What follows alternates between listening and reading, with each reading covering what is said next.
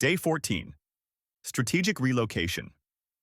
Rain fell softly, not from the sky, but from the simulation. Gentle drops projected across the chamber, rippling against the floor like tears returned to earth. We stood at the edge of the Red Sea.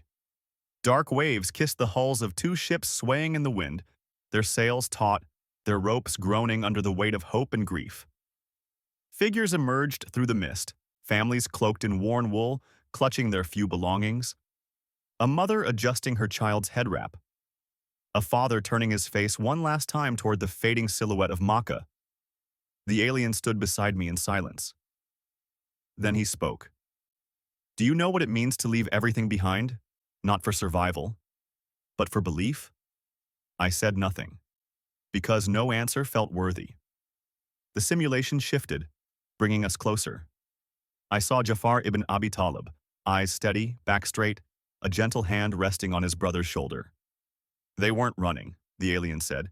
They were relocating. Calculated, ordered. The prophet chose who would go, who would stay, when they would depart. This was not panic. This was strategy. I watched as the boats began to drift, wind filling their sails. And he didn't send them to any land, the alien continued. He sent them to a Christian kingdom, to a just king. He knew Najashi would listen. He turned to me. What does that tell you? That he trusted justice wherever it was, I replied. Yes, the alien nodded. But more than that, he understood diplomacy. He sought allies.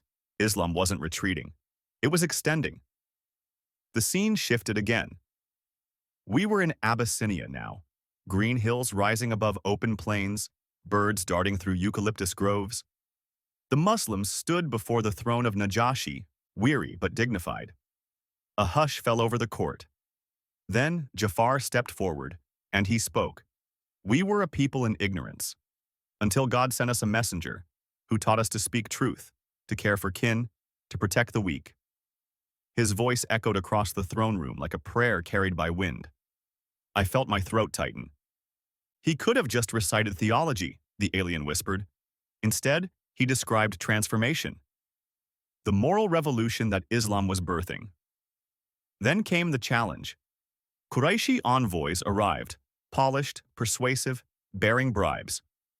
These are rebels, they insisted. Hand them over. Najashi turned to the Muslims. Do you carry anything from what your prophet has received?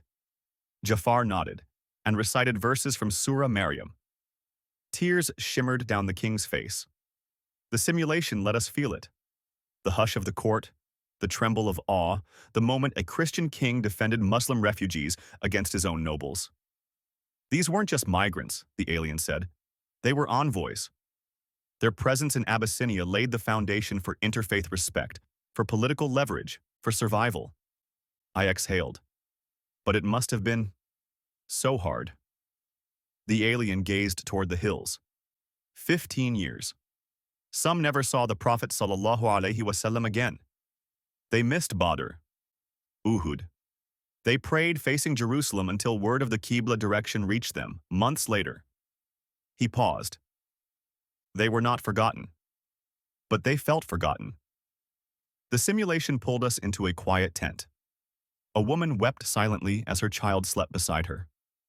I miss him, she whispered to no one. I miss his voice. I felt a weight in my chest that no gravity could match. Why did they stay so long? I asked.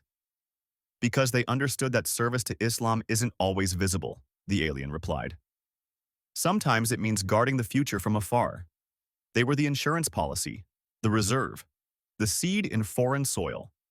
The scene faded. Today, the alien said, you remember Badr, Uhud, Khandaq. But do you remember the ones who left?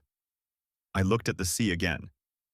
They didn't fight with swords, I said slowly, but they fought with sacrifice. He nodded. And that is the harder jihad. He stepped forward. You call it Hijrah, but it was also hikmah, wisdom, timing, diplomacy, trust. If Islam was only spiritual, none of this would have mattered. But it did.